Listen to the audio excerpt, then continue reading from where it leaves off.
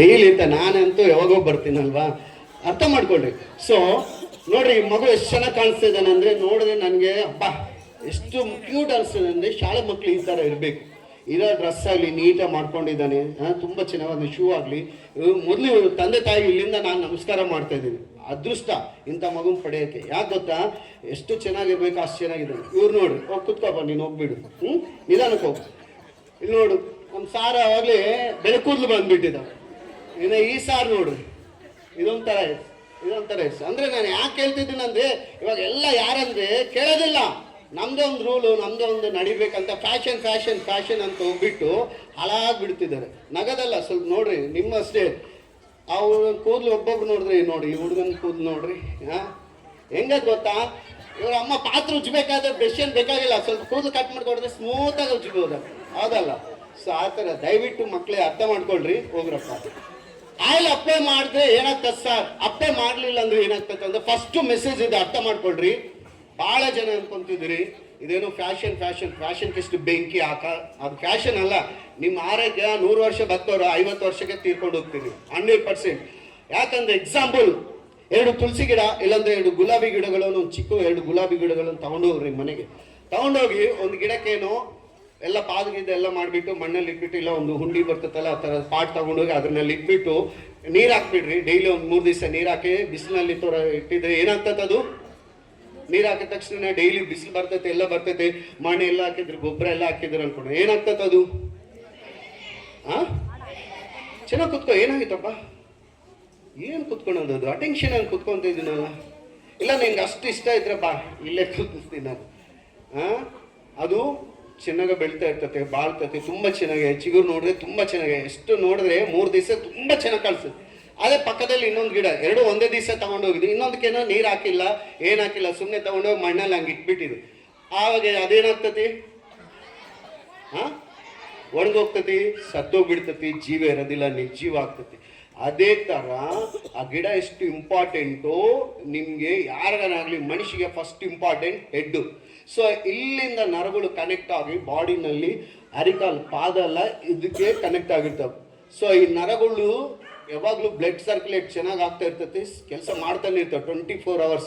ಒಂದ್ಸತಿ ನರಗಳಲ್ಲಿ ಬ್ಲಡ್ ಏನೋ ಸರ್ಪರ್ ಆಗೋದು ಎಕ್ಸಾಕ್ಟ್ಲಿ ನಿಂತೋದ್ರೆ ಮನುಷ್ಯ ಔಟ್, ಸತ್ತೋಗ್ಬಿಡ್ತದೆ. ಆದರೆ ಅದಕ್ಕೆ ಎಷ್ಟು ಇಂಪಾರ್ಟೆಂಟ್, ನೀರು ಗೊಬ್ಬರ ಎಲ್ಲ ಬೇಕು. ಅದೇ ಥರ ತಲೆಗೆ ಆಯಿಲ್ ಅಪ್ಲೈ ಮಾಡಬೇಕು. ಸೊ ಅದರಿಂದ ಏನಾಗ್ತದೆ ಅಂದರೆ ಕಣ್ಣು ತುಂಬ ಚೆನ್ನಾಗಿ ಕಾಣಿಸ್ತವೆ. ಸೊ ಮತ್ತೇನು, ಕೆಲವರು ಓದ್ಬೇಕಾದ್ರೆ ಹಿಂಗ ಪುಸ್ತಕ ಹತ್ರ ಇಟ್ಕೊಂಡಿರ್ತಾರೆ, A + B² A² + B². ಅಬ್ಬಾ ಏನಪ್ಪ ಇದು, A² + B² -2AB +2AB ಈ ಥರ ಯಾಕೆ ಹಂಗೆ ಮಾಡ್ತೀರಂದರೆ, ಸೊ ಆಯಿಲ್ ಅಪ್ಲೈ ಮಾಡಿಲ್ಲ, ಅದರಿಂದ ಕಣ್ಣಿಗೆ ಎಫೆಕ್ಟ್ ಬರ್ತಾ ಇರ್ತದೆ. ಸೊ ಇನ್ನೊಂದೇನೆಂದರೆ, ಆಯಿಲ್ ಅಪ್ಲೈ ಮಾಡೋದ್ರಿಂದ ನರಗಳು ವೀಕ್ ಆಗಿಬಿಟ್ಟು ಮೈಗ್ರೇನ್ ತಲೆನೋವು ಅಂತ ಬರ್ತದೆ. ಒಂದು ಕಡೆ ನರ ಹೇಳ್ತಾ ತಲೆನೋವು ಬಂದುಬಿಡ್ತದೆ. ಸೊ ಅದು ತುಂಬ ಡೇಂಜರ್. ಅದಕ್ಕೋಸ್ಕರ ಮಕ್ಕಳೇ, ಮತ್ತೆ ಬೆಳ್ಕೂದಲು ಬರ್ತವೆ, ಹೇರ್ ಫಾಲ್ಸ್ ಆಗಿಬಿಡ್ತವೆ ನೋಡ್ರಿ. ಅದು ಇವ್ರನ್ನೆಲ್ಲ ಫೋಟೋ ತಗೊಂಡೋಗಿ ಬಸ್ ಸ್ಟ್ಯಾಂಡ್ನಲ್ಲಿ ಇಟ್ಟಿದ್ರೆ ಸ್ಟೂಡೆಂಟ್ಸ್ ಅನ್ಕೊಂತಾರ, ಏನೋ ಯೂನಿಫಾರ್ಮ್ ಹಾಕೊಂಡೋಕ್ಕೆ ಸ್ಟೂಡೆಂಟ್ಸ್ ಅನ್ಕೋಬಹುದು. ನಾರ್ಮಲ್ ಡ್ರೆಸ್ನಾಗಿ ಫೋಟೋ ತಗೊಂಡು ಹೋದ್ರೆ ಯಾರಪ್ಪ ಇವರು ಪಿಕ್ ಪಾಕೆಟರ ಅನ್ಕೊಂತಾರೆ. 100% ನಾನೇನು, ಯಾಕಂದರೆ ಅವ್ರನ್ನ ಬೈತಾ ಇಲ್ಲ. ಸ್ಟೂಡೆಂಟ್ಸ್ ಅಂದರೆ ನನಗೆ ತುಂಬ ಇಷ್ಟ, ಸ್ಟೂಡೆಂಟ್ಸ್ ಅಂದರೆ ನನ್ನ ಪ್ರಾಣ. ಅದಕ್ಕೋಸ್ಕರ ಸ್ಟೂಡೆಂಟ್ಸ್ ನೀವು ಇಲ್ಲೇ ಕಲ್ತ್ಕೋಬೇಕು. ಇದರಿಂದ ನೀವು ಇಲ್ಲಿ ಹಿಂಗಿದ್ರೆ ಇದೇ ಹುಡುಗ ಅನ್ಕೊಂಡಾನೆ, ಏನು ಹೆಸರಪ್ಪ, ನಿತಿನ್ ಹಂಗೆ ಹೇಳ್ತಾರೆ ಸರ್, ನನ್ನ ಹೆಸರು ನಿತಿನ್ ಸರ್, ಹಂಗೆ ಹೇಳ್ಬೇಕು. ಓಕೆ, ನಿನ್ನ ಹೆಸರಪ್ಪ ಗಾದಿಲಿಂಗ. ಓಕೆ, ನಿತಿನ್ ಗಾದಿಲಿಂಗ ಇದೇ ಶಾಲೆಯಲ್ಲಿ 10th ಕ್ಲಾಸ್ ಹೋಗಿದ್ದಾರೆ, ಫಸ್ಟ್ ಬಂದಿದ್ದಾರೆ ಅನ್ಕೋಣ. ಓಕೆನಾ, ಇವರಿಬ್ರು ಕಬ್ಬಲ್ಗೆ ಫಸ್ಟ್ ಬಂದಿದ್ದಾರೆ, ಸರ್ಟಿಫಿಕೇಟ್ಸ್ ಕೊಟ್ಟಿದ್ದಾರೆ, ಕಲೆಕ್ಟರಿಂದ ಪ್ರೈಸ್ ತೊಗೊಂಡಿದ್ದಾರೆ. ಆಯಿತು. ನೆಕ್ಸ್ಟ್ ಬೇರೆ ಕಾಲೇಜ್ಗೆ ಹೋಗಿದ್ದಾರೆ, PUC ನಲ್ಲಿ ಫಸ್ಟ್ ಬಂದಿದ್ರು, ಅಲ್ಲಿ ಆಯಿತು. ನೆಕ್ಸ್ಟ್ ಡಿಗ್ರಿ, ಅಲ್ಲಿ ಫಸ್ಟ್. ಇಬ್ಬರು ಕರೆಕ್ಟ್ ಓದ್ತಾ ಇದ್ದಾರೆ ಡಿಗ್ರಿನಲ್ಲಿ, ಎಲ್ಲ ಕಡೆ ಫಸ್ಟ್ ಗೋಲ್ಡ್ ಮೆಡಲ್ಸ್ ಇಬ್ಬರಿಗೆ 20 ಬಂದ್ಬಿಟ್ಟಿದ್ದಾವೆ. ಬಾ, ಪೇಪರ್ನಲ್ಲಿ ಫೋಟೋಗಳು, ಎಲ್ಲರ ಇನ್ಸ್ಪಿರೇಷನ್, ನೋಡ್ರಿ ಗಾರ್ಲಿಂಗ ನೋಡ್ರಿ, ಮತ್ತೆ ನಿತಿನ್ ನೋಡ್ರಿ, ಕಲ್ತ್ಕೊಳ್ರಿ ಅಂದ್ರು. ಓಕೆ, ಗೋಲ್ಡ್ ಮೆಡಲ್ಸ್ ಬಂದಿದೆ, ಸರ್ಟಿಫಿಕೇಟ್ಸ್, ಸ್ಪೋರ್ಟ್ಸಲ್ಲಿ ಫಸ್ಟು, ಎಸ್ಸೆ ರೈಟಿಂಗ್ನಲ್ಲಿ ಫಸ್ಟು, ಎಲ್ಲದಲ್ಲಿ ಫಸ್ಟು, ಕ್ವಿಜ್ ಕಾಂಪಿಟೇಷನಲ್ಲಿ ಫಸ್ಟು. ಈ ಥರ ಸರ್ಟಿಫಿಕೇಟ್ಸ್ ಬಂದು ಒಬ್ಬೊಬ್ಬರ ಹತ್ರ 50 ಇದೆ certificates. Okay, one fine morning education ಎಲ್ಲ ಕಂಪ್ಲೀಟ್ ಆಯಿತು. ಒಂದು ಮೇನ್ ಕಂಪ್ನಿಗೆ ಇಂಟರ್ವ್ಯೂ ಹೋಗಿದ್ದಾರೆ. ಇಂಟರ್ವ್ಯೂ ಹೋಗ್ತಾ ಇದ್ದಾರಲ್ಲ, ಸೊ ಇಂಟರ್ವ್ಯೂ ಹೋದ ತಕ್ಷಣವೇ ಅಲ್ಲಿ ಫಸ್ಟು ಇವರಿಬ್ಬರು ಹೋಗಿದ್ದಾರೆ. ಹೋಗಿದ್ರೆ ಕುತ್ಕೊ ಅಂತ ಹೇಳಿದ್ರು.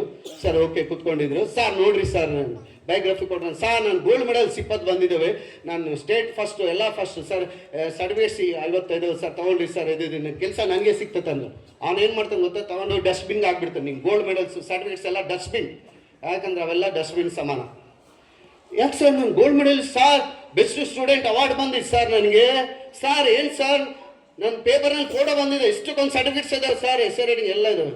ಸೊ ಅವನು ಏನಂತ ಗೊತ್ತೇ, ಇವೆಲ್ಲ ಇದ್ದಾವೆ ಆದರೆ ನಿನಗೆ ಏನಿರಬೇಕು ಅದಿಲ್ಲ ಅಂತ. ಸರ್ ಏನಿಲ್ಲ ಸರ್, ಸರ್ಟಿಫಿಕೇಟ್ಸ್ ಅದು ಎಲ್ಲ ಇದಾವಲ್ಲ ಅಂದರೆ ಕಾಮನ್ ಸೆನ್ಸ್ ಇಲ್ಲ, ಟೈಮಿಂಗ್ ಸೆನ್ಸ್ ಇಲ್ಲ. ಸೊ ನೀನು ಕೂದಲೇನು ಆ ಥರ ಬಿಟ್ಕೊಂಡು ಬಂದಿದ್ದೀವಿ, ನಮ್ಮ ಕಂಪ್ನಿದಲ್ಲಿ ಈ ಥರ ಇರಬಾರ್ದಪ್ಪ, ರಿಜೆಕ್ಟ್ ಮಾಡಿಬಿಡ್ತಾರೆ. ಮೋಸ್ಟ್ ಇಂಪಾರ್ಟೆಂಟ್, ಭಾಳ ಜನ ಗೊತ್ತಿರೋದಿಲ್ಲ. ದೊಡ್ಡ ದೊಡ್ಡ ವಿಪ್ರೋ ಕಂಪ್ನಿಯಾಗ ಏನೋ ನನ್ನ ಕಂಪ್ನಿನಾಗಲಿ ಸ್ವಲ್ಪ ಏನಾನೇ ಶೇವ್ ಬಿಟ್ಕೊಂಡು ಹೋದ್ರೆ ಅವ್ರು ಏನಂತ ಗೊತ್ತೆ, ಯಾಕಪ್ಪ ಶೇವ್ ಮಾಡ್ಕೊಳಕ್ಕಾಗಲಿಲ್ಲ ಅಂತ. ಸರ್ ದೇವ್ರಿಗೆ ಬಿಟ್ಟಿದ್ದಾನೆ. ಹೌದಾ, ನಾನು ಕಟ್ ಮಾಡಲ ಅಂತ. 100%. ನಾನು ಜಿರಾಕ್ಸ್ ಮಿಷಿನಲ್ಲಿ 4 years ರಾಯಲಸೀಮಾ ಕರ್ನೂಲ್ನಲ್ಲಿ ಕೆಲಸ ಮಾಡಿದ್ದೀನಿ. ನಾನು ಭಾಳ ಜಾಬ್ಸ್ ಮಾಡಿದ್ದೀನಿ, ಆದರೆ ಮಿಮಿಕ್ರಿ ಅಂದರೆ ತುಂಬ ಇಷ್ಟ, ಆ್ಯಕ್ಟಿಂಗ್ ಅಂದರೆ ಇಷ್ಟ ಆಗಿ ಈ ಫೀಲ್ಡ್ನಲ್ಲಿ ಬಂದಿರೋದು ನಾನು. ನನಗೆ ಎಕ್ಸಾಂಪಲ್ ಅಂದರೆ ಒಂದು 5 ವರ್ಷ ಇರ್ತದೆ, ಅವಾಗೇ ಮಿಮಿಕ್ರಿ ಇಷ್ಟ ಆಗಿತ್ತು. ಅಂದರೆ ಅವ್ರಿಗೆ ಗೊತ್ತಿಲ್ಲ, ಪಕ್ಕದಲ್ಲಿ ಯಾರೋ ಒಬ್ರು ಮಾತಾಡ್ತಿದ್ರು, ಅವ್ರು ನೋಡಿ ನಮ್ಮ ಅಪ್ಪ ಹತ್ರ ಅಪ್ಪ ಹಿಂಗೆ ಮಾತಾಡ್ತಿದ್ದಾರೆ ಅಂತ ಹೇಳಿದೆ. ಅವರು ನಮ್ಮಪ್ಪ ಡೈರೆಕ್ಟ್ ಅವ್ರ ಹತ್ರ ಕರ್ಕೊಂಡು ಹೋಗಿದ್ದ. ನನಗೆ ಭಯ, ಯಾಕಂದರೆ ಅವ್ರು ಎಲ್ಲಿ ಹೊಡಿತಾರಂತ. ಅವ್ರು ಹೊಡೆದಿಲ್ಲ, ಒಂದು ಮುತ್ತು ಕೊಟ್ಟು ಒಂದು ನಿಂಬೆಹೊಳೆ ಪೊಪ್ರಮೆಂಟ್ ಕೊಟ್ಟಿದ್ರು, ಚಿಕ್ಕವರಿದ್ದಾಗ. ಸೊ ಆ ಥರ ಅವಾಗ ಬರ್ತಾ 7th 8th ಸ್ಟ್ಯಾಂಡರ್ಡ್ ಬಂದಿದ್ದ ಮೇಲೆ ಮಿಮಿಕ್ರಿ ಅನ್ನೋದು ಒಂದು ಐತೆ ಅಂತ ಗೊತ್ತಾಗುತ್ತೆ. ಅದಕ್ಕೆ ಮಕ್ಕಳು ದಯವಿಟ್ಟು ಹೇಳ್ತಾ ಇದ್ದೀನಿ, ಸೊ ನೀವು ಇಂಟರ್ವ್ಯೂದಲ್ಲಿ ಫೇಲ್ ಹಾಕತ್ತೆ ಸರ್ ನಾನು ಇಷ್ಟಕ್ಕೊಂದು ಬಂದಿದ್ದೋ ಅಂತ ಯಾವತ್ತು ಅನ್ಕೋಬಾರ್ದು. ಅವ್ರು ಏನು ನೋಡ್ತಾರೆ ಗೊತ್ತಾ, ಇಂಟರ್ವ್ಯೂಗೆ ಹೋದರೆ ಕ್ವಶನ್ಸ್ ಕೇಳೋದಿಲ್ಲ, ನೀನು ಫಸ್ಟ್ ಹೆಂಗೆ ಬರ್ತಾ ಇದೀಯ ಅಂತ ನೋಡ್ತಾರೆ. ಕೆಲವು ಮೋಸ್ಟ್ ಇಂಪಾರ್ಟೆಂಟ್ ಹೆಣ್ಮಕ್ಳು ನಿಮಗೆ ಇಂಪಾರ್ಟೆಂಟ್ ಅಮ್ಮ ನೋಡ್ರಿ, ನೀವು ಅಷ್ಟು ಆಯಿಲ್ ಅಪ್ಲೈ ಮಾಡೋದಿಲ್ಲಲ್ಲ. ಕೆಲವ್ರು ಹೆಂಗಿರ್ತಾರೆ ಗೊತ್ತಾ, ಇಂಟರ್ವ್ಯೂ ಹೋಗ್ಬೇಕಾದ್ರೆ ಆಫೀಸ್ ಎಲ್ಲೋ ಇರ್ತದೆ, 4th floor ಇರ್ತದೆ, ನೀನು ಇಲ್ಲಿಂದ ಹೋಗ್ತೀವಿ, ಲಿಫ್ಟ್ ಇರ್ತದೆ, ಕೆಲವು ಲಿಫ್ಟ್ನಲ್ಲಿ ಹೋಗೋಣ ಅಂತ ಇರ್ತಾರೆ, ಅದು ಕೆಲಸ ಮಾಡೋದು ಬೇಕಾಗ ಅವರು ಕೆಲಸ ಮಾಡಲಿಲ್ಲ ಮಾಡಿರ್ತಾರೆ. ನೀ ಸ್ಟೆಪ್ ಹತ್ಕೊಂಡು ಬರ್ಬೇಕಂತ ಅವನ್ನೆಲ್ಲ ಆಫೀಸ್ನಲ್ಲಿ ಓದ್ಕೊಂಡು CC ಕ್ಯಾಮ್ರಾದಲ್ಲಿ ನೋಡ್ತಾ ಇರ್ತಾರೆ ನಿಮ್ಮ ಬಿಹೇವಿಯರ್ ಹೆಂಗಿರ್ತದಂತ. ನೀನೇನೇ ಇಂಟರ್ವ್ಯೂಗಲ್ಲ ಅಂತ. ಸೊ ಹೆಣ್ಮಕ್ಳು ನೋಡ್ತಾ ಇರ್ತಾರೆ, ಅಂತ ಕನ್ನಡಿ ಕಾಣಿಸುತ್ತೆ, ನಾನು ಚೆನ್ನಾಗಿದ್ದೀನಾ, ಲಿಫ್ಟಿಗೆ ಸ್ವಲ್ಪ ಡಾರ್ಕ, ಓಕೆ ಪರ್ಫೆಕ್ಟ್ ಇದೆ. ಸೊ ಅಲ್ಲಿಂದ ಸ್ವಲ್ಪ ಹೋಗ್ತೇವೆ, ಅಲ್ಲೇನೋ ನೀರು ಪೈಪು ವಾಟರ್ ಬಿಟ್ಟಿರ್ತಾರೆ, ವೇಸ್ಟ್ ಆಗದಿರ್ತದೆ, ನೀವು ನೋಡ್ತೀವಿ, ನೋಡಿ ಇಲ್ಲಿ ಬಿಡು ಹೋಗ್ಬಿಡ್ತೀವಿ, ಅವನು ಅದನ್ನು ನೋಡ್ತಾನೆ. ಅದೆಲ್ಲ ನಿಮಗೆ ಕ್ವಶನ್ ಅದೇ ಕೇಳೋದು. ಅವನು ಇಂಟರ್ವ್ಯೂ ಅಂದರೆ ಆ ಥರ ಇರ್ತದೆ. ನೀನೇನು ಅಂದ್ಕೊಂಡು ಏನೋ ಬೇರೆ ಕ್ವಶನ್ಸ್ ಕೇಳ್ತಾರೆ. ಸೊ ಅಲ್ಲೇ ಯಾರೋ ಬರ್ತಾರೆ, ಅಲ್ಲೊಂದು ರಫ್ ಪೇಪರ್ ಬಿದ್ದಿರ್ತದೆ, ಆ ಪೇಪರ್ ನೋಡ್ತೀನಿ ನಾನು, ನೋಡ್ಬಿಟ್ಟು ಏನಂತ ಒಂದೊಂದು ಸತಿ ಕಾಲಿಂದ ಪೇಪರ್ ಹಿಂಗೆ ಹೊಡಿತೀವಿ. ಸೊ ಅದೆಲ್ಲ ನೋಡ್ತಾರೆ. ಗಂಡು ಮಕ್ಳು ಅಷ್ಟೇ ಆ ಥರ ನೋಡೋದು, ಈ ಥರ ಕನ್ನಡಿಗೆ ನೋಡ್ಕೊಳೋದು ಎಲ್ಲ ನೋಡ್ತಾರೆ, ವಾಟರ್ ವೇಸ್ಟ್ ಆಗ್ತಿದೆ ಅದೆಲ್ಲ ನೋಡ್ತಾರೆ. ಸೊ ಅದೆಲ್ಲ ನೋಡಿದ ತಕ್ಷಣ ಅವನು ಪ್ಲೀಸ್ ಅಂತಾರೆ, ಸರ್ ಮೇ ಕಮಿನ್ ಸರ್ ಅಂತ ಹೆಂಗಿರ್ತಾರೆ ಕೆಲವ್ರು, ಹೆಂಗೆ ಗೊತ್ತಾ, ಒಂದು ಹೆಜ್ಜೆ ಒಳಗಿಟ್ಟಿರ್ತಾರೆ, ಒಂದು ಹೆಜ್ಜೆ ಹಿಂದ್ಗಡೆ, sir May come in sir, okay yes come in please ಅಂತಾರೆ. ಅಂದರೆ ನೀನು ಅವನು ಫಸ್ಟ್ ಮೇ ಕಮಿನ್ ಅಂತ ಕೇಳಬೇಕಾದ್ರೆ ನಾವು 2 ಹೆಜ್ಜೆ ಹಿಂದ್ಗಡೆನೇ ಇರಬೇಕು. Sir please May come in sir, ಇಲ್ಲಿ ಮೇ ಕಮಿನ್ ಸರ್ ಅಂದರೆ ಹಾಂ ಪ್ಲೀಸ್ ಬರ್ರಿ ಅಂದರೆ ಓಕೆ ಸರ್ ಥ್ಯಾಂಕ್ ಯು, ಅವಾಗ ಬರಬೇಕು. ನಾವು ಹಂಗಲ್ಲ, ಒಂದು ಹೆಜ್ಜೆ ಇಟ್ಟಿರ್ತೀವಿ, ಸರ್ ಮೇ ಕಮಿನ್ ಸರ್ ಕೇಳ್ತಾ ಇರ್ತಾರೆ ಆಲ್ಮೋಸ್ಟ್, ಇದೊಂಥರ ಇರ್ತದೆ. ಮತ್ತು ಇನ್ನೊಂದೇನು ಗೊತ್ತಾ, ಬಂದ ತಕ್ಷಣ ನೀವು ಏನು ಮಾಡ್ತೀರಿ ಗೊತ್ತಾ, ಕಮಿನ್ ಅಂದ ತಕ್ಷಣ ಹೋಗ್ತೀರಿ, ಸೀಟ್ ನೋಡಿ ಕುತ್ಕೊಂಡು ಬಿಡ್ತೀರಿ. ಅವ್ನು ಹಿಂಗೆ ಸಿಟ್ ಡೌನ್ ಅಂತ ಹೇಳಿಲ್ಲ, ಹೇಳೋ ತಕ್ಕ ನಿಂತ್ಕೋಬೇಕಲ್ವಾ. ಹೋದ ತಕ್ಷಣ ನಾನು CM ಅಂತ ಕುಟ್ಕೊಂಡು ಬಿಡ್ತೀವಿ, ಅದು ರಾಂಗ್. ಅವ್ನು ನೋಡ್ತಾನೆ, ಸರ್ ಮತ್ತೆ ಸರ್ ಕೇಳಿ ಸರ್ ನಾನು ಎಲ್ಲದಲ್ಲಿ ಫಸ್ಟ್ ಇದ್ದೀನಿ ಅಂದರೆ ಯು ಆರ್ ಅನ್ಫಿಟ್ ಅಂತ, ಯಾಕೆಂದ್ರೆ ಇಂಟರ್ವ್ಯೂ ಆಗುತ್ತೆ. ಸರ್ ಏನು ಕೇಳಿಲ್ಲಲ್ವಾ ಸರ್ ಅಂತಾರೆ, ಯಾಕೆ ನೀನು ಬಿಹೇವಿಯರ್ ಎಲ್ಲ ನೋಡಿದ್ವಿ, ವಾಟ್ರ್ ವೇಸ್ಟ್ ಆಗ್ತಿದ್ದೇವೆ, ಅದು ಅಲ್ಲೇ ವಾಲ್ ಐತಿ ಬಂದ್ ಮಾಡ್ಬೋದು, ನೀನು ಬಂದ್ ಮಾಡಿಲ್ಲ. ಇದೊಂದು ಪೇಪರ್ ಬಿದ್ದಿತ್ತು, ತಗೊಂಡೋಗಿ ಅಲ್ಲಿ ಡಸ್ಟ್ಬಿನ್ನಲ್ಲಿ ಹಾಕ್ಬೋದಾಗಿತ್ತು, ಹಾಕಿಲ್ಲ, ಇದು ರಿಜೆಕ್ಟೆಡ್. ಸೊ ನಿಮ್ಮ ಬಿಹೇವಿಯರ್ ಚೆನ್ನಾಗಿಲ್ಲ. ಅದು ಮಿರರ್ ಐತೆ, ಮಿರರಲ್ಲಿ ನೋಡ್ಕೊತ ನೀನು ಅದೇ ನೋಡ್ಕೊತಿದ್ದಿ, ಇನ್ನು ಇಂಥವ್ರು ನಮಗೆ ಆಫೀಸ್ನಲ್ಲಿ ಏನು ಕೆಲಸ ಮಾಡ್ತಾರಪ್ಪ ಬೇಕಾಗಿಲ್ಲ ತೆಗ್ದೋಗಿ ಬಿಡ್ತಾರೆ. ಇದು ನಿಜವಾಗ್ಲೂ ಇಂಥವು ಭಾಳ ನಡೀತಾ ಇದ್ದಾವೆ. ಸೊ ಅದಕ್ಕೋಸ್ಕರ ನಿಮ್ಮ ಬಿಹೇವಿಯರ್ ಚೆನ್ನಾಗಿದ್ರೇ ಏನಾಗಲಿ ನೀವು ಚೆನ್ನಾಗಿರ್ತೀರಿ. ನೀವು ಚೆನ್ನಾಗಿದ್ದರೆ ನಿಮ್ಮಿಂದ ಕೆಲವರು ಇನ್ನು ನಿಮ್ಮ ಪಕ್ಕದ ಮನೆಯವರಾಗಲಿ, ತಮ್ಮ ನಿಮ್ಮ ತಂಗಿಯವರು ನಿಮ್ಮನ್ನು ನೋಡಿ ಫಾಲೋ ಆಗ್ತಾ ಇರ್ತಾರೆ. ನೀವು ಚೆನ್ನಾಗಿ ಓದ್ಕೊಂಡ್ರೆ ಅವ್ರು ಚೆನ್ನಾಗಿ ಓದ್ಕೊಂಡು, ನೀವೇ ಚೆನ್ನಾಗಿಲ್ಲ ಗಲಾಟೆ ಮಾಡ್ತಿದ್ರೆ, ಅಯ್ಯ ನಮ್ಮ ಅಕ್ಕವ್ರು ನೋಡು ಇವಾಗ ಹೇಳ್ತಿದ್ದೀನಿ ಅವ್ರು ಗಲಾಟೆ ಮಾಡ್ತಿದ್ದಾರೆ. ಹೇಳ್ತಾ ಇದ್ದೀನಿ ಮೇಡಮ್ ಅವರು, ಯಾಕೆ ಮೇಡಮ್ ನಗ್ತಿರಲ್ಲ ಮೇಡಮ್ ಅವ್ರಿ, ನೀವೇ ಮೇಡಮ್ ದಯವಿಟ್ಟು ಕೇಳ್ರಿ, ಇಂಥವೆಲ್ಲ ಬಿಟ್ಬಿಡ್ರಿ. ಅದಕ್ಕೋಸ್ಕರ ಹೇಳೋದು, ನಿಜವಾಗಿ ಹೇಳ್ತಿದ್ದೀನಿ. ಟೀಚರ್ಸ್ ಬಿಟ್ಟಿದ್ರೆ ನನ್ನ ಥರ ಬೇರೆ ಯಾರು ಹೇಳೋದಿಲ್ಲ. ನಾನು ಓನ್ಲಿ ಮಿಮಿಕ್ರಿ ಆರ್ಟಿಸ್ಟ್, ಆದರೆ ನಾನು ಮಿಮಿಕ್ರಿ ಜೊತೆಗೆ ಮೆಸೇಜ್ ಈ ಥರ ಕೊಡಬೇಕಂತ ಯಾಕೆ ಅಂದ್ಕೊಂಡಿದ್ದೀನಿ ಅಂದರೆ, ತಂದೆ ತಾಯಿ ಬೈದಿದ್ದಕ್ಕೆ PUC ಸ್ಟೂಡೆಂಟ್ ಸೂಸೈಡ್ ಮಾಡ್ಕೊಂಡಿರೋದು ಅನ್ನೋದು ನಾನು ನೋಡಿದ್ದೀನಿ. ಯಾವಾಗ 2000ನಲ್ಲಿ 2000ದಲ್ಲಿ ಪೇಪರ್ನಲ್ಲಿ ನಮ್ಮ ಕರ್ನೂಲ್ನಲ್ಲಿ ಬಂದಿತ್ತು ವಾರ್ತಾಪತ್ರಿಕೆಯಲ್ಲಿ, ಅಪ್ಪ ಅಮ್ಮ ಬೈದಕ್ಕೆ ಇಂಟರ್ ವಿದ್ಯಾರ್ಥಿ ಆತ್ಮಹತ್ಯೆ, ತಲ್ಲಿದಂಡ್ರಲ್ಲಿ ಮಂದಿಲಿಂಚರ್.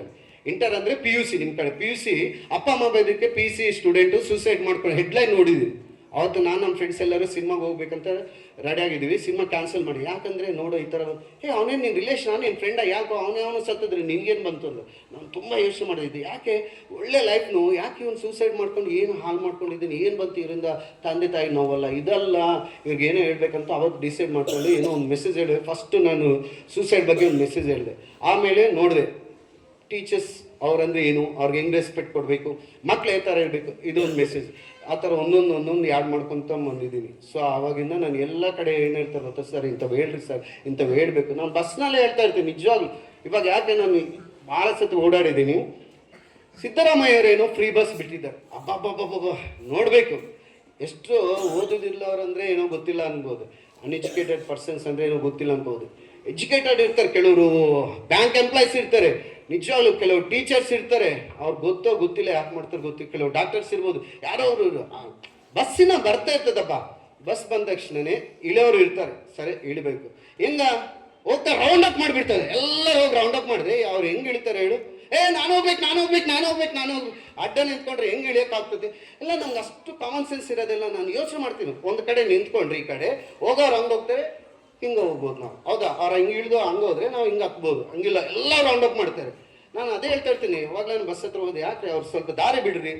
ಮುನ್ನೊಬ್ರು ಅಜ್ಜಿ ಪಾಪ ಇಳಕ್ಕೆ ದಾರಿ ಇಲ್ಲ, ಅವರು ದಾಡ್ತಿದ್ದಾರೆ, ಇವರೆಲ್ಲರೂ ಹಿಂಗೆ ಬಾಕ್ಲ ಹತ್ರ ನಿಂತ್ಕೊಂಡ್ಬಿಟ್ಟಿದ್ದಾರೆ. ಅಜ್ಜಿ ಏನೋ ಬ್ಯಾಗ್ ಐತೆ, ಅಪ್ಪ ಕಾಯಿ ಮುಡ್ತದೆ. ನಾನು ಹೋಗಿ ಅವ್ರನ್ನೆಲ್ಲ ಬೈದು ಬ್ಯಾಗ್ ತೊಗೊಂಡು ಚೀಲ ತೊಗೊಂಡು ಕೆಳಗಿಟ್ಟು ಬಾ ಅಜ್ಜಿ ಅಂತ, ಅಪ್ಪ ನಮಸ್ಕಾರ ಅಂತ. ಅಜ್ಜಿ ನೀವು ನಮಸ್ಕಾರ ಮಾಡಬೇಡ್ರಿ, ನೀವು ಆಶೀರ್ವಾದ ಮಾಡಬೇಕು, ಅಪ್ಪ ಯಾರೂ ಮಾಡಿಲ್ಲಪ್ಪ ಅಂತ. ನೋಡ್ರಿ ಯಾಕೆ ಅವ್ರು ಯಾರೋ ನಾನೇ ಯಾರು, ನಾನೇನೋ ಹೆಮ್ಮೆ ಪಡ್ತೇನೆ ಅಂತ ಹೇಳ್ಕೊತ ಇಲ್ಲ, ನಾನೇನು ದೊಡ್ಡ ಇದಂತ ಹೇಳ್ತಿಲ್ಲ. ಮನುಷ್ಯ ಹುಟ್ಟಿದೀವ್ರಿ, ಯಾವತ್ತು ಹೆಂಗೆ ನಮ್ಮ ಜೀವನ ಹೆಂಗೆ ಹೋಗ್ತದೆ. ಇವಾಗ ಇಲ್ಲಿದ್ದೀನಿ, ನೆಕ್ಸ್ಟ್ ನಾಳೆ ತುಮಕೂರಿನಲ್ಲಿ ಪ್ರೋಗ್ರಾಮ್ ಐತೆ ನನಗೆ.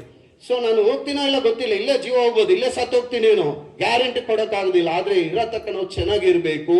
ಒಬ್ರಿಗೆ ಕೆಟ್ಟದ್ದು ಮಾಡಲಿಲ್ಲ ಅಂದರೆ ಪರವಾಗಿಲ್ಲ, ನಾವು ಒಳ್ಳೇದು ಮಾಡೋಕ್ಕೆ ಅಟ್ಲೀಸ್ಟ್ ಟ್ರೈ ಮಾಡಿರಿ.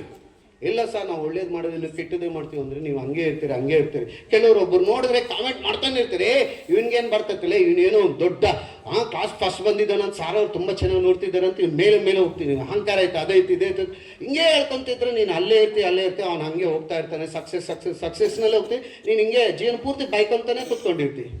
ಸೊ ಆ ಥರ ಇರಬಾರ್ದು. ಅವ್ರು ನೋಡಿ ಇನ್ಸ್ಪಿರೇಷನ್ ತಗೋಬೇಕು, ಅವ್ರು ಹೆಂಗೆ ಹೋಗ್ತಾ ಇದ್ದಾರೆ, ನಾವು ಅದೇ ದಾರಿನಲ್ಲಿ ನಾನು ಯಾಕೆ ಮಾರ್ಕ್ಸ್ ತಗೋಬಾರ್ಬಾರ್ದು, ಈ ಥರವೆಲ್ಲ ನೀವು ತಿಳ್ಕೋಬೇಕು. ಸೊ ಅದು ಅರ್ಥ ಆಯ್ತಾ? ನಾನು ಹೇಳ್ತಿದ್ದೀನಿ, ತಲೆ ಬಗ್ಸ್ಕೋಬಾರ್ದು. ಸ್ಟೂಡೆಂಟ್ಸ್ ಯಾವತ್ತನಾಗಲಿ ತಪ್ಪು ಮಾಡಿದರೆ ಮಾತ್ರ ತಲೆ ಹಿಂಗೆ ಬಗ್ಸ್ಕೋಬೇಕು ತಮ್ಮ, ಆಯಿತಾ? ನಾನು ಯಾಕೆ ಹೇಳ್ತಿದ್ದೀನಿ ಅಂದರೆ, ನಿಜವಾಗ್ಲೂ ನಿಮ್ಮ ಅಪ್ಪ ಅಮ್ಮವರು ಫಸ್ಟ್ ನಾನು ಹೇಳೋದು ಇಂಪಾರ್ಟೆಂಟ್ ಏನಂದರೆ, ಇದಾದ್ಮೇಲೆ ಮಿಮಿಕ್ರಿಗೆ ಹೋಗೋಣ. ಎಲ್ಲರಿಗೂ ಒಂದೇ ವಿಷಯ ಹೇಳ್ತೀನಿ ನೋಡು, ಮಲ್ಕೋಬೇಕಾದ್ರೆ ಹಾರ್ಟ್ ಮೇಲೆ ಕೈ ಹಾಕ್ಕೊಂಡು ಯೋಚನೆ ಮಾಡಿರಿ.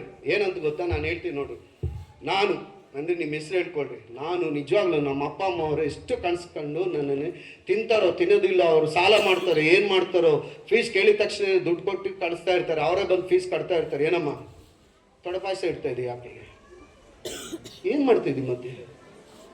ಅಲ್ಲ, ನಾನು 3000 ಜನ ಇದ್ದರೆ ನನ್ನ ಕಣ್ಣು ತುಂಬ ಶಾರ್ಪ್ ನೋಡ್ತಾ ಇರ್ತೀನಿ, ಮಿಮಿಕ್ರಿ ಮಾಡ್ತಾಯಿದ್ರೆ ಅಬ್ಸರ್ವೇಷನ್ ಮಾಡ್ತೀನಿ. ಯಾಕೆ ಹಂಗೆ ಬರ್ತಾ ಇದ್ದೀವಿ? ಹಾಂ ಮಾಡಬೇಡ್ರಿ ಪ್ಲೀಸ್. ನೋಡ್ರಿ, ಚೆನ್ನಾಗಿ ಕುತ್ಕೊಳ್ಳಿ, ಫ್ರೀಯಾಗಿ ಕುತ್ಕೊಳ್ಳಿ, ಇಲ್ಲಾಂದ್ರೆ ಇಲ್ಲಿ ಬರ್ರಿ. ಸೊ ಆ ಥರ ನಮಗೆ ಹಾರ್ಟ್ ಮೇಲೆ ಕೈ ಹಾಕೊಂಡು ಯೋಚನೆ ಮಾಡಿರಿ. ಅಟ್ಲೀಸ್ಟ್ 100% ಬೇಕಾಗಿಲ್ಲ, 50% ಏನೋ ಅಪ್ಪ ಅಮ್ಮ ನನ್ನ ಮೇಲೆ ಇಟ್ಕೊಂಡ್ರೆ ಕನಸು ನಾವು ಚೆನ್ನಾಗಿ ಓದ್ತಿದ್ವಾ ಇಲ್ಲ ಅನ್ನೋದು ಎದೆ ಮೇಲೆ ಕೈ ಇಟ್ಕೊಂಡು ನೀನು ಕ್ವಶನ್ ಮಾಡ್ಕೋ, ಅಲ್ಲಿ ನಿಂಗೆ ಆನ್ಸರ್ ಸಿಗ್ತದೆ. ಯಾಕೆ ಗೊತ್ತಾ, ಅದು ನಿಮ್ಗೆ ಇವಾಗ ಗೊತ್ತಾಗೋದಿಲ್ಲ. 10 ರೂಪಾಯಿ ಬೆವ್ರು ದುಡ್ಡು ಸಂಪಾದನೆ ಮಾಡಿದ್ರೆ ಅದ್ರ ಬೆಲೆ ಗೊತ್ತಾಗ್ತದೆ. ಅಪ್ಪ ಅಮ್ಮ ದುಡ್ದಿರೋ ಅದು ಬೆವ್ರು ದುಡ್ತಾರೆ, ಅವರು ಇದು ಮಾಡ್ತಾರೆ, ನೀವು ಏನೇನೋ ಹಾಳು ಮಾಡ್ತೈತಿ. ಕೆಲವ್ರು ಇರ್ತಾರೆ ಬಾಯ್ಸ್, ನಾನು ನೋಡ್ತಾ ಇರ್ತೀನಿ ಹೊರಗೆ ಸ್ಮೋಕಿಂಗ್ ಮಾಡೋರು ಅಭ್ಯಾಸ ಮಾಡ್ಕೊಂಡಿರಿ, 8ನೇ ಕ್ಲಾಸು ಸ್ಮೋಕ್ ಮಾಡ್ತಾ ಇರ್ತಾರೆ. ಸೊ ಅದು ಭಾಳ ತಪ್ಪದು. ಆದರೆ ಕೇಳೋದಿಲ್ಲ, ನಿನ್ಗೆ ಯಾಕೋ ನೀನು ಕೊಡಿಸಿದ್ಯಾ ಅಂತಾರೆ, ಈ ಥರ ಕ್ವಶನ್ ಮಾಡ್ತಾರೆ. ನಾನು ಯಾರಿಗೂ ಎದುರ್ಕೊಳ್ಳೋದಿಲ್ಲ, ತಪ್ಪಾದರೆ ಯಾರನ್ನಾಗಲಿ ತಪ್ಪಂತ ಹೇಳ್ತೀನಿ. ಇದೇ ಬಳ್ಳಾರಿನಲ್ಲಿ ಒಂದು ಕಾಲೇಜ್ ಐತಿ, ಆ ಸ್ಟೂಡೆಂಟು ಆ ಕಾಲೇಜಿಂದ ಬಂದರೆ 60 ಮೆಂಬರ್ಸು, ಅದರಲ್ಲಿ 50 ಮೆಂಬರ್ಸ್ ಸ್ಮೋಕ್ ಮಾಡ್ತಾನೆ. ನಾನು ವೀಡಿಯೋ ತೆಗೆದು ಪ್ರಿನ್ಸಿಪಲ್ ನನ್ನ ಫ್ರೆಂಡೇ, ಸರ್ ಏನು ಸರ್ ನಿಮ್ಮ ಕಾಲೇಜ್ ಸ್ಟೂಡೆಂಟ್ಸ್ ಹಿಂಗಾಗಿದ್ದಾರೆ ಅಂದರೆ, ಹೌದಾ ಏನು ಮಾಡೋದು ದೀಪಕ್ ಅವರೇ, ನಾವು ಇಲ್ಲಿ ಹೇಳ್ತೀವಿ ಅಲ್ಲಿ ಹೇಳೋದು ಅವ್ರು ಅರ್ಥ ಮಾಡ್ಕೋಬೇಕು ಅಂತ. ಸೊ ಕ್ವಶನ್ ಮಾಡ್ಬೇಕು ನಾವು. ನಾನು ಕೇಳಿದ್ದೀನಿ ಈ ಥರ, ಯಾಕಪ್ಪ ಈ ಥರ, ನೀವು ಒಂದು ಕೆಲಸ ಮಾಡಿರಿ, ನಿಮ್ಮ ಅಪ್ಪ ಅಮ್ಮ ಗೊತ್ತಂತ. ಸರ್ ನಮ್ಮ ಅಪ್ಪ ಗೊತ್ತಂದ, ನಂಬರ್ ಕೊಡೋ, ನಾನು ಮಾತಾಡೋ. ಯಾರಣ್ಣ ನೀನು ಅಂದ. ನಾನು ಮನುಷ್ಯ ಕಾಣೋ, ನಾನು ಏನು ಭಯ ಏನಿಲ್ಲ, ನಾನೇನು ಪೊಲೀಸ್ ಅಲ್ಲ, ರಾಜಕೀಯ ಅಲ್ಲ, ಸ್ಟೂಡೆಂಟ್ ಮೋಟಿವೇಟರ್, ನಾನು ಹೈದರಾಬಾದು. ನಿಮ್ಮ ಅಪ್ಪ ಜೊತೆ ಏನು ಮಾತಾಡ್ತೀವಿ ಸರ್ ನೀವು ಅಂದ್ರು. ಇಲ್ಲ, ಕಾಲೇಜ್ಗೆ ಹಾಕ್ರಿ ಕಳ್ಸೋದು, ಮನೇಲಿ ಕುಣಿಸ್ಬಿಡ್ರಿ, ಡೈಲಿ ಒಂದು 3-4 ಸಿಗರೇಟ್ ಪ್ಯಾಕೆಟ್ ಕುಡಿಸ್ಬಿಡ್ರಿ, ದುಡ್ಡು ಉಳಿತವೆ, ನೀನೇನೋ ಆಶೆಪಟ್ಟು ಇಲ್ಲಿ ಕಳಿಸಿದ್ ನಿನ್ನ ಮಗ ಈ ಥರ ಹಾಳಾಗಿ ಹೋಗ್ತಿದ್ದಾನೆ. ಸೊ ಇದಕ್ಕೆ ಕಾರಣ ಯಾರು ಗೊತ್ತಾ? ಯಾರು ಫಸ್ಟ್ ಯಾರು ಏನನ್ನೋದಿಲ್ಲ, ನಿಮ್ಮ ಅಪ್ಪ ಅಮ್ಮನ ಬೈತಾರೆ. ಇವ್ರ ಅಪ್ಪ ಅಮ್ಮ ಚೆನ್ನಾಗಿ ಬುದ್ಧಿ ಹೇಳಿ ಕಳಿಸಿಲ್ಲ, ಅದಕ್ಕೆ ಅವ್ನು ಹಿಂಗೆ ಆಗ್ಬಿಟ್ಟಿದ್ದು. ಈ ಟೀಚರ್ಸ್ ಬುದ್ಧಿ ಕಳಿಸಿಲ್ಲ, ಇದಕ್ಕೆ ಹಿಂಗೆ ಹಾಳಾಗ್ಬಿಟ್ಟಿದೆ. ಟೀಚರ್ಸ್ ಏನು ತಪ್ಪಿರೋದಿಲ್ಲ, ತಂದೆ ತಾಯಿ ತಪ್ಪಿರೋದಿಲ್ಲ, ನೀವು ಮಾಡ್ತಿರೋ ತಪ್ಪಿಗೆ ಅವ್ರನ್ನ ಬೈಕೊಂತೀವಿ. ನೋಡ್ರಿ ಎಷ್ಟು ಇದೈತಿ. ಇಂಥದ ನೀವು ಓದ್ಕೊಳಕ್ಕೆ ಬಂದು ನಿಮ್ಮ ತಂದೆ ತಾಯಿಗೆ ಏನು ಬೆಲೆ ಕೊಡ್ತಿದ್ದೀರಿ, ಇಂಥ ಸರ್ಟಿಫಿಕೇಟ್ಸ್ ಕೊಡಿಸ್ತಿದ್ದೀರಿ ಅಂದರೆ, ಇಂಥ ಸರ್ಟಿಫಿಕೇಟ್ಸ್ ಕೊಡ್ಸೋಕೆನಾ ನೀವು ಓದ್ಕೊಳಕ್ಕೆ ಬಂದಿರೋದು? That is not right. ಇದು ರಾಂಗ್ ರೂಟ್. ನೀವು ಈ ಥರ ಹೋಗ್ಬಾರ್ದು. ಸೊ ಇದು ನೀವು ಅರ್ಥ ಮಾಡ್ಕೋಬೇಕು ಫಸ್ಟು. ಇದು ಇಂಪಾರ್ಟೆಂಟ್ ಶಾಲೆ ಮಕ್ಕಳಿಗೆ ಇರೋದು. ಸೊ ಇರೋದೇ ಕಡಿಮೆ ಟೈಮ್ನಲ್ಲಿ ಓದ್ಕೊಳ್ರಿ. ಕಷ್ಟಪಟ್ಟು ಹೋದ್ರೆ ಅಂತಾರೆ ಮೇಡಮ್ ಆಗಲಿ, ಆ ಟೀಚರ್ಸ್ ಆಗಲಿ, ಆರನಾಗಲಿ, ಈಶ್ವರ್ ಸರ್ ಆಗಲಿ, ಇನ್ನೊಬ್ಬ ಸರ್ ಆಗಲಿ, ಪ್ರಿನ್ಸಿಪಲ್ ಸರ್ ಪ್ರಸನ್ನ ಸರ್ ಬಂದು ಕಷ್ಟಪಟ್ಟು ಓದ್ಕೋಬೇಕು, 24 ಗಂಟೆ ಓದ್ಕೋಬೇಕು. ಎಕ್ಸಾಮ್ ಜನವರಿನಲ್ಲಿ ಬರ್ತಿದ್ದೆ, 10ನೇ ಕ್ಲಾಸ್ ಆಯ್ತಾ ಸರ್? Okay sir. ಸರ್ ನಾನು 24 ಗಂಟೆ ಓದ್ತಾ ಇದ್ದೀನಿ ಸರ್. ಆದರೆ ಯಾಕೆ ಸರ್ ಟೆಸ್ಟ್ನಲ್ಲಿ 25ಕ್ಕೆ 10 ಮಾರ್ಕ್ಸ್ ಹಾಕಿದ್ರಿ? ಆ ಹುಡುಗ ನೋಡಿ ಸರ್ ಬರೀ 3 ಅವರ್ಸ್ ಓದ್ತಾರೆ, 25ಕ್ಕೆ 25 ಮಾರ್ಕ್ಸ್ ಹಾಕಿದ್ರಿ ಸರ್. ಏನೋ ಆಯ್ತು ಸರ್, ಅವನು ಏನಾನು ನಿಮಗೆ ಕೊಟ್ಟಿದ್ದಾನ ಸರ್, ಲ್ಯಾಪ್ಟಾಪ್ ಏನಂತ ಅಂದ್ಕೊಟ್ಟಿದ್ದಾನ ಸರ್, ಏನು ಮಾಡಿದ್ರಂತ? ಏನು ಇರೋದಿಲ್ಲ. ಆದರೆ ಯಾಕೆ ಗೊತ್ತಾ? ಇಷ್ಟಪಟ್ಟು ಓದ್ರಿ. ಏನನ್ನು ಓದ್ಬೇಕಂದ್ರೆ ಪ್ರೀತಿಯಿಂದ ಓದ್ರಿ, ಸಬ್ಜೆಕ್ಟ್ನ ಅರ್ಥ ಮಾಡ್ಕೊಳ್ರಿ, ಸಬ್ಜೆಕ್ಟ್ ಪ್ರೀತಿ ಮಾಡ್ರಿ. ಸರ್ ಅದಂಗೆ ಸರ್ ಸಬ್ಜೆಕ್ಟ್ ನಾನು ಪ್ರೀತಿ ಮಾಡ್ತಾನ? ಇಲ್ಲ ಸರ್ ನಾವು ಪ್ರೀತಿ ಮಾಡೋದಿಲ್ಲ. ಯಾಕೆ ಮಾಡೋದಿಲ್ಲ? ಸಬ್ಜೆಕ್ಟ್ ಅಂದರೆ ಇಷ್ಟಪಡ್ಬೇಕ್ರಿ. ಕ್ರಿಕೆಟ್ ನೋಡ್ಬೇಕಾದ್ರೆ ಸೊಳ್ಳೆದು ಹಿಂಗ ಒಳಗೋಗ್ಲಿ, ನಿಮ್ಮ ಅಮ್ಮ ಬರ್ತೀನಿ ಮಗನಂತ ತಡಿಯಮ್ಮ, ಅಮ್ಮ 3 ಬಾಲ್ಸ್ 22 ರನ್ಸ್ ಮಾಡಬೇಕು.